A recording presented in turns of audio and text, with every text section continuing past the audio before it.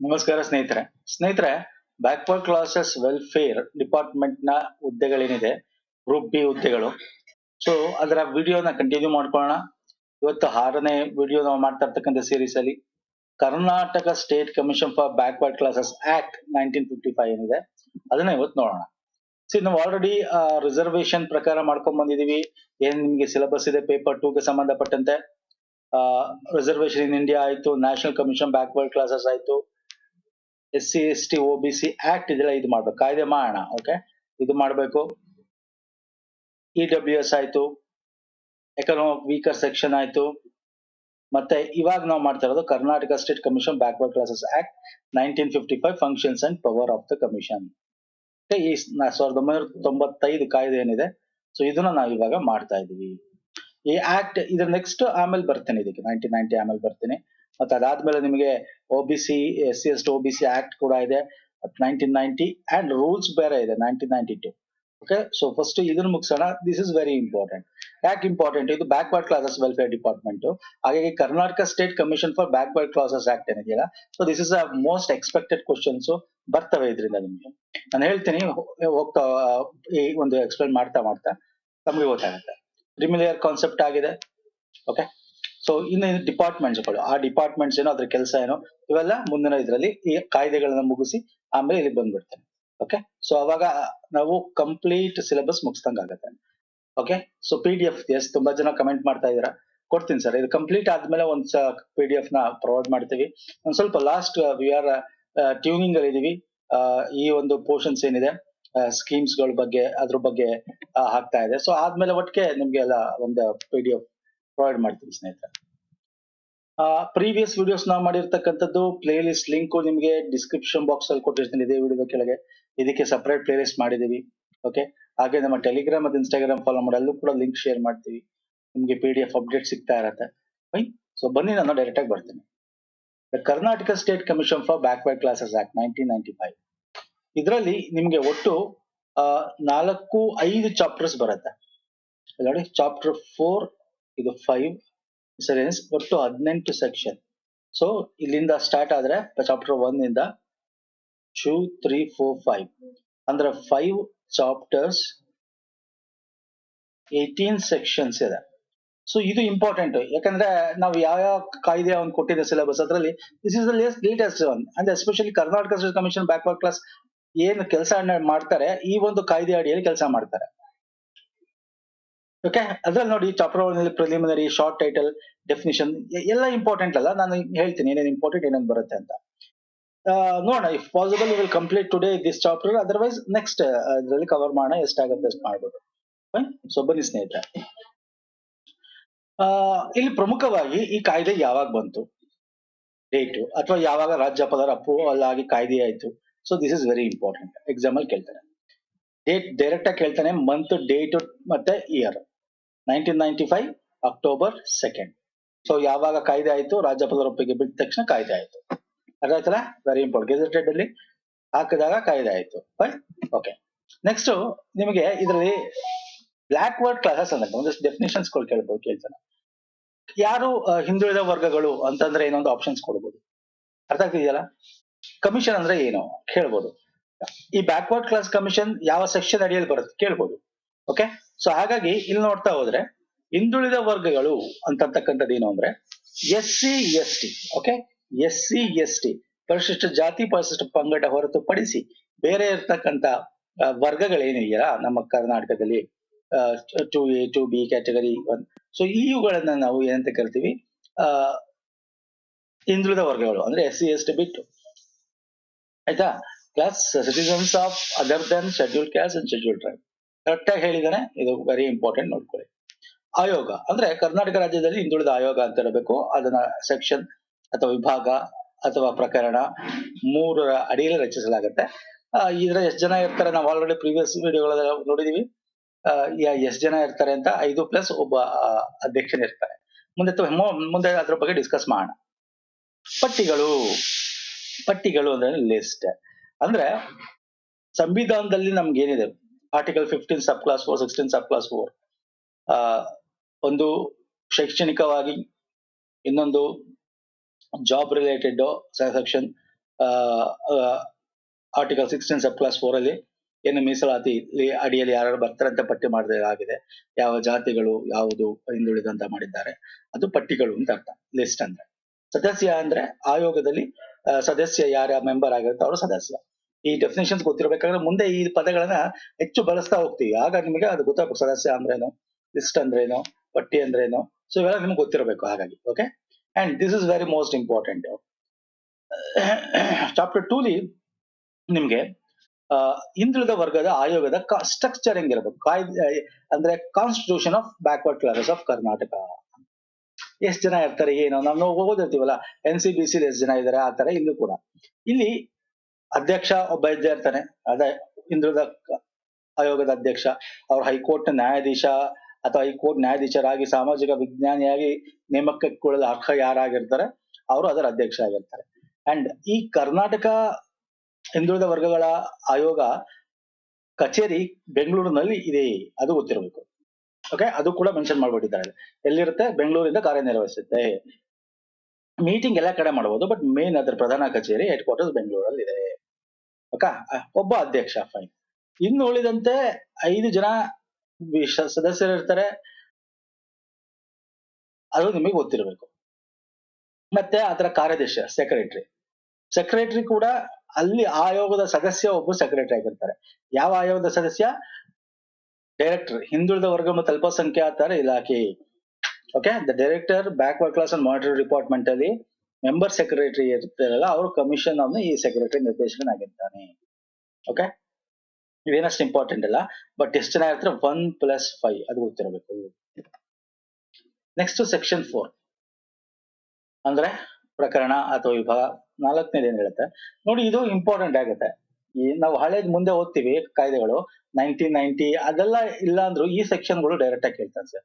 ಅದು ಕೇಳಲ್ಲ ಅಂತ ಏನಲ್ಲ, ಕೇಳ್ತಾನೆ, but this is the 1995 act, ಇದು ಇಂಪಾರ್ಟೆಂಟ್ ಆಗಿರ್ತಕ್ಕಂಥದ್ದು. ಹಾಗೆ ಸೆಕ್ಷನ್ ಇಲ್ಲಿ ನೀವು ನೆನ್ಪಿಟ್ಕೋಬೇಕು, ಕೇಳ್ತಾನೆ, ಡೈರೆಕ್ಟ್ ಆಗಿ ಕೇಳ್ತಾನೆ. ಆಯೋಗದ ಅಧ್ಯಕ್ಷರ ಸದಸ್ಯರು ಮತ್ತು ಅವರ ಸೇವಾವಧಿ ಯಾವ ಒಂದು ಸೆಕ್ಷನ್ ಅಥವಾ ಪ್ರಕರಣದಲ್ಲಿ ಇದೆ ಅಂತ ಕೇಳ್ಬೋದು ನಿಮಗೆ. ಆಯ್ತು, 4ನೇದು 1995 ಆಕ್ಟ್ ಕಾಯ್ದೆ ಸೆಕ್ಷನ್ 4 ಬರುತ್ತೆ. ಏನು ಸೇವಾವಧಿ ಬಂದು 3 ವರ್ಷಗಳ ಅವಧಿಗೆ ಅಂತ ಇದೆ. It may extend. ನಾವು ಲಾಸ್ಟ್ ಒಂದು ಆಯೋಗ ನೋಡಿದ್ವಿ, ಕಾಂತರಾಜ್ ಆಯೋಗ, ಅದೆಲ್ಲ ಎಕ್ಸ್ಟೆಂಡ್ ಮಾಡ್ತಾರೆ ಯೂಶಲಿ ಇಲ್ಲ ಅಂದ್ರೆ 3 ವರ್ಷಕ್ಕೆ ಎಂಡ್ ಆಗುತ್ತೆ. ಓಕೆ, ಅಕಸ್ಮಾತ್ ರಾಜೀನಾಮೆ ಸಲ್ಲಿಸೋದಾದ್ರೆ ಯಾರಿಗೆ ಸಲ್ಲಿಸ್ತಾರೆ? ಕರ್ನಾಟಕ ಸರ್ಕಾರಕ್ಕೆ ಅವರು ಉದ್ದೇಶಿಸಿ ರಾಜೀನಾಮೆ ಸಲ್ಲಿಸಬೇಕಾಗುತ್ತೆ. ಸದಸ್ಯರಾದ್ರೆ ಅಧ್ಯಕ್ಷರು ಸರ್ಕಾರಕ್ಕೆ ಈ ರೀತಿ ರಾಜೀನಾಮೆನ ಸಲ್ಲಿಸಬೇಕಾಗತ್ತೆ. ಇದು ಬಿಟ್ಟು ಒಂದು ರಾಜೀನಾಮೆ ಸಲ್ಲಿಸೋದ್ರಿಂದ ಅವರ ಒಂದು ಇದು ಏನು ವೇಕೆನ್ಸಿ ಕ್ರಿಯೇಟ್ ಆಗುತ್ತೆ. ಇಲ್ಲ ಅವ್ರನ್ನ ತೆಗಿಬಹುದು, ಅಧ್ಯಕ್ಷ ಸದಸ್ಯರನ್ನ ತೆಗೆದಾಕ್ಬೋದು. ಯಾವಾಗ ತೆಗೆದಾಕ್ಬೋದು? ಅವರು ದಿವಾಳಿ ಆದಾಗ. ಓಕೆ, ನಾವು ಎಲ್ಲ ಇದ್ರಲ್ಲೆಲ್ಲ ಓದಿದೀವಲ್ಲ, ಯಾವಾಗ ಪ್ರೆಸಿಡೆಂಟ್, ವೈಸ್ ಪ್ರೆಸಿಡೆಂಟ್ ಬೇರೆ ತೆಗಿಬಹುದು ಅಂದಾಗ, ಅವ್ರ ದಿವಾಳಿ ಆದಾಗ, ಅನ್ಸ್ಟೇಬಲ್, ಅನ್ಡಿಸ್ಚಾರ್ಜ್ ಇನ್ಸಾಲ್ವೆಂಟ್ ಅಂತೆಲ್ಲ ಕರಿತೀವಿ. ಮತ್ತೆ ರಾಜ್ಯದ ಸರ್ಕಾರ ಅಭಿಪ್ರಾಯದಲ್ಲಿ ನೈತಿಕ ಕ್ಷೋಭೆ ಒಳಗೊಂಡಿರೋ ಅಪರಾಧಕ್ಕಾಗಿ ಇಂಪ್ರಸ್ಮೆಂಟ್ ಆಫ್ ಅನ್ ಅಫೆನ್ಸ್ ಅಂತ ಕರಿತೀವಿ. ಕನ್ವಿಕ್ಟೆಡ್, ಅಪರಾಧಿ ಜೈಲು ಶಿಕ್ಷೆ ಆದಾಗ, ಸೊ ಅವಾಗ ಅವ್ರನ್ನ ತೆಗೆದಾಕ್ಬೋದು.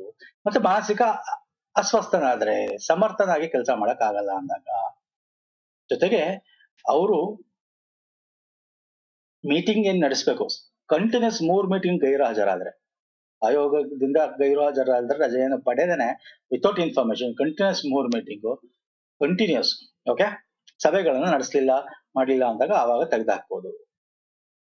ಬಟ್ ಏನೇ ಮಾಡ್ಬೇಕು ಅಂದ್ರೂ ಅವ್ರಿಗೆ ವಿಚಾರಣೆಗೆ ಅಗತ್ಯ, ಅವರ ಒಂದು ಏನ್ ಇನ್ಪುಟ್ ಇದೆ, ಸೊ ವಿಚಾರಣೆ ಮಾಡಿ ಅವರ ಒಂದು ಪರ್ಸ್ಪೆಕ್ಟಿವ್ ಏನು ಅಂತ ತಿಳ್ಕೊಂಡು ಆಮೇಲೆ ತೆಗೆದುಹಾಕ್ಬೋದು. Okay, so this are all very important. Normal sir, ನಾವು ಸಂವಿಧಾನದಲ್ಲಿ ಬೇರೆ ಬೇರೆ ಓದ್ತೀವಿ, ಎಲ್ಲ ಸೇಮ್ ರೂಲ್ಸ್. ಒಂದೇನು ಎಕ್ಸ್ಟ್ರಾ ನೀವು ನೋಡ್ಬೇಕು ಅಂತಂದ್ರೆ ಇಲ್ಲಿ ಹೈಲೈಟ್ ಮಾಡಿದೀನಿ ನೋಡಿ, ಸತತ 3 ಸಭೆಗಳು ಗೈರು ಹಾಜರಾದಾಗ, ಆಬ್ಸೆಂಟ್ ಆದಾಗ. Okay, so this is very important sir, 4ನೇ ಸೆಕ್ಷನ್. ಓಕೆ, ನೆಕ್ಸ್ಟ್ ಆಯೋಗದ ಅಧಿಕಾರಿಗಳು ಮತ್ತು ಇತರ ಉದ್ಯೋಗಿಗಳು. ಉದ್ಯೋಗಗಳು ಅಂದ್ರೆ ಈಗ ಆಯೋಗಕ್ಕೆ ಕೆಲಸ ಮಾಡ್ಬೇಕು 5 ಜನನೇ ಎದುರಾಗಲ್ಲ, ಆಫೀಸ್ ವರ್ಕ್ಸ್ ಬೇರೆ ಬೇರೆ ಎಲ್ಲರೂ ಇರ್ಬೇಕಲ್ಲ, ಅದನ್ನೆಲ್ಲ ಸರ್ಕಾರ ಅವ್ರಿಗೆ ಕೊಡ್ತದೆ. ಈಗ ನಿಮ್ನೆಲ್ಲ ರೆಕ್ರೂಟ್ ಮಾಡ್ಕೋತಾ ಇದಾರಲ್ಲ, ಇದೇ ಇಲಾಖೆಗೆ ತಾನೇ ರೆಕ್ರೂಟ್ ಮಾಡ್ಕೋತಾರೆ, ನೀವು ಏನ್ ಮಾಡ್ಬೇಕು, ಇವ್ರಿಗೆ ಅಸಿಸ್ಟ್ ಮಾಡ್ತೀರಾ. ಅವರ ಆಫೀಸು, ರೀಜನಲ್ ಆಫೀಸು ಏನಂತ ಅಲ್ಲಿ ಕೂತ್ಕೊಂಡು ನೀವೇನು ಇವಾಗ ಇದಕ್ಕೆ ಸೆಲೆಕ್ಟ್ ಆದವರು ಅವ್ರಿಗೆ ಅಸೆಸ್ಟ್ ಮಾಡ್ತೀರಾ. ಅಂದ್ರೆ ಅವ್ರಿಗೆ ಲಿಸ್ಟ್ ರೆಡಿ ಮಾಡೋದಾಗ್ಲಿ, ರಿವ್ಯೂ ಮಾಡೋದಾಗ್ಲಿ, ಅದರ ರಿಪೋರ್ಟ್ ರೆಡಿ ಮಾಡೋದಾಗ್ಲಿ, ಮತ್ತೆ ಇನ್ಸ್ಪೆಕ್ಷನ್ ಗಳು ಮಾಡೋದಾಗ್ಲಿ, ಸೊ ಅವ್ರ ಜೊತೆಗಳು ನೀವು ಹೋಗಿ ನೀವು ಅದನ್ನ ಅಸಿಸ್ಟ್ ಮಾಡ್ತೀರಾ.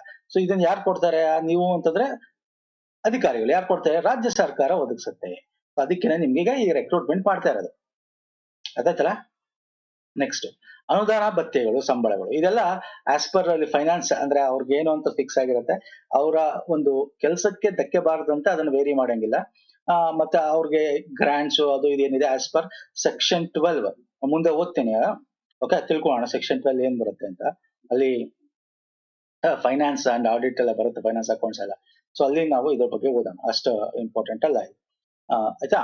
ನೆಕ್ಸ್ಟ್, ಖಾಲಿ ಹುದ್ದೆಗಳು ಇತ್ಯಾದಿ ಆಯೋಗದ ನಡಾವಳಿಗಳನ್ನು ಅಮಾನ್ಯಗೊಳಿಸಬಾರದು. ಈಗ ಹುದ್ದೆ ಖಾಲಿ ಆಗಿರುತ್ತೆ, ಹೇಳಿದ್ನಲ್ಲ, ಈಗ 5 ಜನ ಪ್ಲಸ್ ಒಬ್ಬ ಇರಬೇಕು. ಸೊ ಇದ್ರಲ್ಲಿ ಇಬ್ರಿಲ್ಲ, ಬರೀ 3 ಜನ ಇದ್ದಾರೆ ಪ್ಲಸ್ ಒಬ್ಬ ಇದ್ದಾನೆ.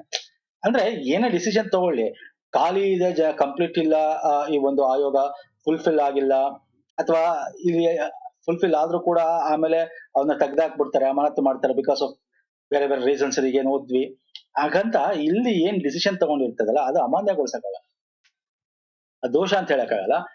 ಎಲ್ಲ ಕೂತ್ಕೊಂಡು ಮಾತ್ರ ಡಿಸಿಷನ್ ತಗೊಂಡಿರ್ತಾರೆ. ಸೊ ಇಟ್ ಶುಡ್ ಬಿ ಏನೋ valid. It is not valid ಅಂತ ಕನ್ಸಿಡರ್ ಮಾಡಂಗಿಲ್ಲ. ಅಕಸ್ಮಾತ್ ವೇಕೆನ್ಸಿ ಆಗಿದೆ, ಕಂಪ್ಲೀಟ್ ಇಲ್ಲ ಅಂತ ಅದನ್ನ ವ್ಯಾಲಿಡ್ ಅಲ್ಲ ಅಂತ ಹೇಳಕ್ಕಾಗಲ್ಲ ಅವ್ರ ಡಿಸಿಷನ್ಸ್. ಓಕೆ, ಈ ಒಂದು ಸಭೆ, ಈ ಒಂದು ಆಯೋಗ ತಗೊಳ್ತಕ್ಕಂಥ ಡಿಸಿಷನ್ಸ್. ಫೈನ್. ನೆಕ್ಸ್ಟ್, ಆಯೋಗದಿಂದ ನಿಯಂತ್ರಿಸಬೇಕಾದ ಕಾರ್ಯವಿಧಾನ. ತನ್ನದಾದ ಕಾರ್ಯವಿಧಾನ ಇದೆ. ಈ ಕಾಯ್ದೆ ಅಡಿ ಈ ಕಾಯ್ದೆ ಮಾಡ್ಕೊಂಡಿರೋದು ಅದಕ್ಕೆ ಯಾವ ರೀತಿ ಕೆಲಸ ಮಾಡ್ಬೇಕು, ಏನ್ ಮಾಡ್ಬೇಕು. ಬೇರೆ ಬೇರೆ ಸ್ಥಳಗಳಲ್ಲಿ ಸಭೆ ಸೇರ್ಬೋದು, ಅದು ಹೆಡ್ ಕ್ವಾರ್ಟರ್ಸ್ ಬೆಂಗಳೂರಲ್ಲಿ ಇರುತ್ತೆ. ಅಗತ್ಯ ಬಿದ್ದರೆ ಬೇರೆ ಬೇರೆ ಸ್ಥಳಗಳಲ್ಲಿ ಸಭೆ ಸೇರ್ಬೋದು.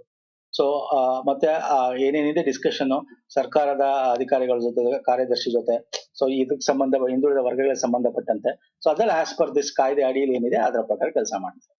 ಓಕೆ, ಸೊ ಇದು ವೆರಿ ಇಂಪಾರ್ಟೆಂಟ್, ಮೋಸ್ಟ್ ಇಂಪಾರ್ಟೆಂಟ್ ಈ ಚಾಪ್ಟರ್. ಈ ಚಾಪ್ಟರ್ ಅಲ್ಲಿ 3 function and power of the commission direct ಕೇಳ್ಬಿಟ್ಟಿದಾನೆ. ನಾವು ಲಾಸ್ಟ್ ಪ್ರೀವಿಯಸ್ ಕೂಡ ಓದಿದ್ವಿ. ನಾವೇನು Karnataka backward class commission starting ನೋಡ್ಬೇಕಾದ್ರೆ ಅಲ್ಲೂ ಕೂಡ ನೋಡಿದ್ವಿ ಸೆಕ್ಷನ್ 9, ಸೆಕ್ಷನ್ 10 ಅಂತ. ಸೆಕ್ಷನ್ 9 ಫಂಕ್ಷನ್ಸ್ ಅಂತ, ಇದು ಡೈರೆಕ್ಟ್ ಕೇಳ್ತಾನೆ ನೋಡಿ ಎಕ್ಸಾಮ್ಗೆ. Function and power of the commission ಏನಿದೆ, ಆ ಆಯೋಗದ ಕಾರ್ಯಗಳು ಯಾವ ಸೆಕ್ಷನ್ ಅಲ್ಲಿ ಬರುತ್ತೆ ಅಂತ ಕೇಳ್ಬೋದು, ಅಥವಾ ಯಾವ ಯಾವ ಕಾರ್ಯಗಳಿದೆ ಅವರದು ಅಂತ ಕೂಡ ಕೇಳ್ಬೋದು. ಸೊ 9ನೇದು ಏನೇನು ಕಾರ್ಯಗಳು ಮಾಡ್ತಾರೆ ಅಂದ್ರೆ, ಯಾವುದೇ ಹಿಂದುಳಿದ ವರ್ಗಗಳಾಗಿರ್ಲಿ, ಓಕೆ, ಆ ದೂರುಗಳು ಬಂದಾಗ, ಅಥವಾ ಅದಕ್ಕೆ ಸಂಬಂಧಪಟ್ಟಂತೆ ರಾಜ್ಯ ಸರ್ಕಾರಕ್ಕೆ ಏನಾದ್ರು ಸಲಹೆಗಳು ಕೊಡೋದಾದ್ರೆ, ಯಾವ್ದಾದ್ರು ಪಾಲಿಸಿ ಮೇಕಿಂಗ್ ಅಲ್ಲಿ, ಮತ್ತೊಂದು ಮೇಕಿಂಗ್ ಅಲ್ಲಿ, ಸೊ ಅವಾಗ ಏನ್ ಮಾಡ್ತಾರೆ ಸರ್, ಈ ಒಂದು ಸಲಹೆಗಳನ್ನ ರಾಜ್ಯ ಸರ್ಕಾರಕ್ಕೆ ಕೊಡ್ತಾರೆ. ಇದು ಅದರ ಕಾರ್ಯ. ಹಿಂದುಳಿದ ವರ್ಗಗಳಿಗೆ ಸೇರಿದ ಜನರ ಸಾಮಾಜಿಕ ಶೈಕ್ಷಣಿಕ ಪರಿಸ್ಥಿತಿಗಳು ಸಮೀಕ್ಷೆಗಳನ್ನ ಮಾಡ್ತಕ್ಕಂಥದ್ದು. ಈಗ ಯಾವ ಕರ್ನಾಟಕದಲ್ಲಿ ಎಷ್ಟು ಹಿಂದುಳಿದ ವರ್ಗಗಳಿವೆ, ಹಿಂದುಳಿದ ವರ್ಗಗಳಲ್ಲಿದ್ದು ಮುಂದೆ ಬಂದಿರ್ತಕ್ಕಂಥವ್ರನ್ನ ತೆಗಿಬೇಕಾ, ಯಾವ ಕ್ಯಾಟಗರಿಗಳನ್ನ ತೆಗಿಬೇಕು, ಕ್ಯಾಸ್ಟ್ಗಳನ್ನ ಯಾರನ್ನ ಇನ್ಕ್ಲೂಡ್ ಮಾಡಬೇಕು, ಓಕೆ, ಸಮೀಕ್ಷೆ ಮಾಡ್ತಕ್ಕಂಥದ್ದು. ಹಿಂದುಳಿದ ವರ್ಗಗಳ ವಿವಿಧ ಕಲ್ಯಾಣ ಯೋಜನೆಗಳ ಅನುಷ್ಠಾನ ಮೇಲ್ವಿಚಾರಣೆ ಮಾಡ್ತಕ್ಕಂಥದ್ದು. ಇವೆಲ್ಲ ಕೂಡ ಸರ್ಕಾರಕ್ಕೆ ಸಲಹೆ ಕೊಡ್ತಕ್ಕಂಥದ್ದು. ಸೊ ಇವೆಲ್ಲ ಅದರ ಒಂದು ಇಂಪಾರ್ಟೆಂಟ್ ಆಗಂತ ಫಂಕ್ಷನ್ಸ್. ಇನ್ನು ಪವರ್ ಇದೆಯಲ್ಲ, ದಿಸ್ ಇಸ್ ವೆರಿ ಇಂಪಾರ್ಟೆಂಟ್. ಏನ್ ಪವರ್ ಇದೆ, ನಾವು ಇದನ್ನ ಆಲ್ರೆಡಿ ತಿಳ್ಕೊಂಡಿದೀವಿ. ಜ್ಞಾಪಕ ಇದೆಯಾ? ಜ್ಞಾಪಕ ಇದ್ರೆ ಹೇಳಿ ನೋಡೋಣ. ಇದಕ್ಕೊಂದು civil quasi judicial body, civil court ನ ಅಧಿಕಾರ ಇದೆ, ಸಿವಿಲ್ ನ್ಯಾಯಾಲಯದ ಅಧಿಕಾರ ಹೊಂದಿರುತ್ತೆ. ಅಂದ್ರೆ ಅರ್ಥ, ಯಾವುದೇ ವ್ಯಕ್ತಿ ವಿರುದ್ಧ ಯಾವ್ದಾರು ಇದ್ರ ಬಗ್ಗೆ ಏನಾದ್ರು ಅವಹೇಳನ ಮಾಡಿದ್ರೆ ಅವ್ರನ್ನ ಕರ್ಸ್ಕೊಳ್ತಕ್ಕಂಥದ್ದು, ದಾಖಲೆಗಳನ್ನ ತರಿಸ್ಕೊಳ್ತಕ್ಕಂಥದ್ದು, ಬೇರೆ ಬೇರೆ ಸರ್ಕಾರಿ ಆಫೀಸ್ಗಳಿಂದ ಅದಕ್ಕೆ ಸಂಬಂಧಪಟ್ಟ ದಾಖಲೆ ತರಿಸ್ಕೊಳ್ತಕ್ಕಂಥದ್ದು, ಮತ್ತೆ ಸಾಕ್ಷ್ಯಗಳನ್ನ ಹೇಳ್ಬೇಕು ಅಂತ ಹೇಳಿ ಅಫಿಡೇವಿಟ್ ನ ತಗೊಳ್ತಕ್ಕಂಥದ್ದು. ಓಕೆ, ಸೊ ಇವೆಲ್ಲ ಏನಿದೆ ಆಸ್ ಪರ್ ಕೋರ್ಟ್ ಹೆಂಗೆ ಎನ್ಕ್ವೈರಿ ಮಾಡುತ್ತೆ ಒಂದು ಕೇಸ್ ನ, ಅದೇ ರೀತಿ ಇದು ಕೂಡ ಮಾಡುತ್ತೆ. ಅಧಿಕಾರ, ಪವರು ಇದಕ್ಕೆ ಇದೆ. ಅರ್ಥ ಆಗ್ತಿದೆಯಲ್ಲ? ಅಷ್ಟೇ. ಇದೆರಡು ವೆರಿ ಇಂಪಾರ್ಟೆಂಟ್ ಆಗಿರೋದು. ಇನ್ನೂ ಇದೆ, ರಾಜ್ಯ ಸರ್ಕಾರದಿಂದ ಪಟ್ಟಿಗಳ ಆವರ್ತಕ ಪರಿಶೀಲನೆ ಮಾಡ್ತಕ್ಕಂಥದ್ದು. ಇದಾದ್ಮೇಲೆ ಫೈನಾನ್ಸ್ ಅಕೌಂಟ್ಸ್ ಅಂಡ್ ಆಡಿಟ್ಸ್, ಇದೆಲ್ಲ ನಾವು ನೆಕ್ಸ್ಟ್ ವಿಡಿಯೋದಲ್ಲಿ ನೋಡೋಣ. ಇಲ್ಲಿಗೆ ಎಂಡ್ ಮಾಡ್ತಾ ಇದ್ದೀನಿ, ಯಾಕಂದ್ರೆ ತುಂಬಾ ಒಟ್ಟಿಗೆ ಹೇಳ್ತಾ ಹೋದ್ರೆ ನಿಮಗೆ ಆ ಸೆಕ್ಷನ್ಸ್ ಗಳು ಅದೆಲ್ಲ ಕನ್ಫ್ಯೂಸ್ ಆಗ್ಬಾರ್ದು. ನಿಧಾನಕ್ಕೆ ಆರಾಮಾಗಿ ತಿಳ್ಕೊಳ್ಳೋಣ ಏನ್ ಕೆಲಸ ಮಾಡ್ತದೆ, ಹಿಂಗಾಗತ್ತೆ, ಹೆಂಗ್ ವರ್ಕ್ ಆಗತ್ತೆ ಇದು. ಸೊ ಇಷ್ಟ ಆಗಿದೆ ಅನ್ಕೋತೀನಿ, ಲೈಕ್ ಮಾಡಿ, ಶೇರ್ ಮಾಡಿ. ಕಂಟಿನ್ಯೂಸ್ ವಿಡಿಯೋಸ್ಗಳು ಬರುತ್ತೆ ನಮ್ಮ ಮೇಲೆ ಇರೋದು. ನಮ್ಮ ಟೆಲಿಗ್ರಾಮ್ ಮತ್ತೆ ಇನ್ಸ್ಟಾಗ್ರಾಮ್ ನ ಫಾಲೋ ಮಾಡ್ಕೊಳ್ಳಿ, ಯಾಕಂದ್ರೆ ಅಲ್ಲಿ ನಿಮ್ಗೆ ಇನ್ಫಾರ್ಮೇಶನ್ ಸಿಗ್ತಾ ಹೋಗ್ತದೆ. ಈ ಪ್ರೀವಿಯಸ್ ಮಾಡಿರ್ತಕ್ಕಂಥ ವಿಡಿಯೋಸ್ಗಳು ಸಪರೇಟ್ ಪ್ಲೇ ಲಿಸ್ಟ್ ಇದೆ, ಆ ಪ್ಲೇ ಲಿಸ್ಟ್ ಹೋದ್ರೆ ನಿಮ್ಗೆ ನೋಡ್ಕೋಬಹುದು. ಲಿಂಕ್ ಕೊಟ್ಟಿರ್ತೀನಿ ಇದೇ ವಿಡಿಯೋದ ಕೆಳಗೆ ಡಿಸ್ಕ್ರಿಪ್ಷನ್ ಬಾಕ್ಸ್ ಅಲ್ಲಿ. ನೆಕ್ಸ್ಟ್ ವಿಡಿಯೋದಲ್ಲಿ ಪುನಃ ಸಿಗ್ತೇನೆ. ನಮಸ್ಕಾರ, ಧನ್ಯವಾದಗಳು. Thank you so much.